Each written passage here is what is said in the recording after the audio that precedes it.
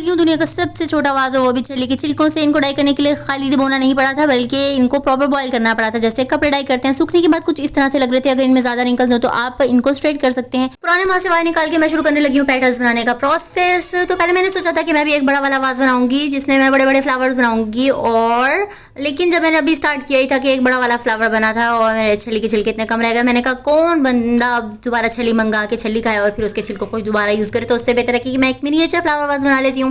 फिर जो भी बचे कुछ छिलके पड़े हुए थे मैंने उनकी मिनिएचर फ्लावर बनाना शुरू कर दिए। और बस पेटल्स बनाने के लिए कोई साइंस नहीं लगानी, बस इसको ट्विस्ट करना है और इसको फोल्ड कर देना है और नीचे से यहाँ से चुन्नट देकर थोड़ी सी इसको एक थ्रेड से लपेट देना है। और इसी तरह से सारी पेटल्स तैयार करके जो इनके नीचे वाले एंड्स होंगे इनको काट देना है।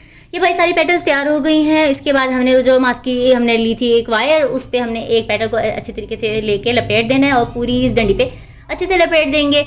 और फिर हमने इसके बाद सारी पेटल्स को अरेंज कर देना है। पेटल्स को आप ग्लू से भी चिपका सकते हैं और अगर आप चाहें तो इसको थ्रेड से भी लपेट सकते हैं। थ्रेड से लपेट देंगे वो भी ठीक रहेगा, ग्लू भी ठीक रहेगी, लेकिन मैंने यहाँ पे ग्लू से चिपकाने के बाद अच्छे से सिक्योर करने के लिए इसको छली के ही एक छिलके से मैंने इसको लपेट दिया। और अब हम बनाएंगे लीव्स। और लीव्स बनाने के लिए छली के ही छिलके को हमने यहाँ पे ग्रीन कलर से पेंट कर दिया और इसकी जो डंडी थी इसको भी हम ग्रीन कलर से पेंट कर देंगे। और यहाँ पे हमने लीव चिपका दिए।